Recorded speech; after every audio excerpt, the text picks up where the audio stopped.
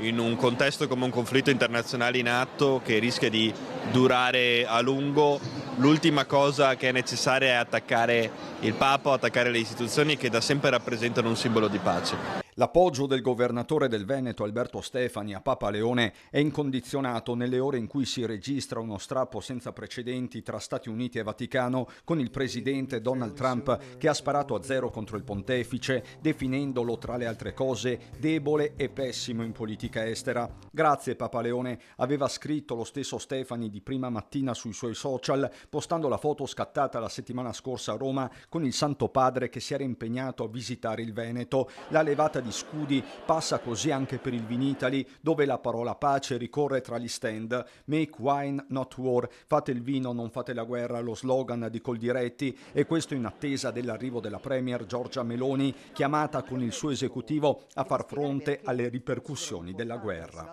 Dobbiamo anche trovare delle soluzioni per garantire sostegno a imprese e famiglie, lo dobbiamo fare così come abbiamo già fatto con il bilancio regionale, mettendo a disposizione dei fondi. Misure concrete di sostegno, ma non solo. Per Stefani occorre rivedere la strategia energetica del Paese e dell'Europa, superando quello che allo stato attuale è un tabù. Noi dobbiamo garantire una diversificazione delle risorse energetiche, dobbiamo cominciare a riconsiderare anche l'apertura al gas russo.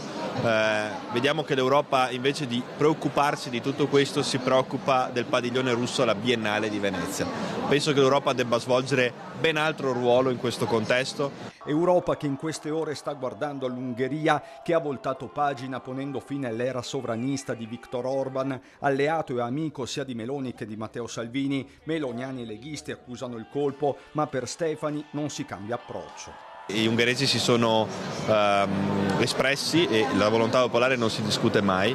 Detto questo, non cambia la visione d'Europa che questo movimento ha, che deve essere rivista. Non possiamo pensare che il futuro dell'Europa sia l'Europa del Green Deal, sia l'Europa delle case green che hanno messo sul lastrico intere filiere economiche. Noi pensiamo che l'Europa sia quella dei territori, delle regioni, di una politica estera forte.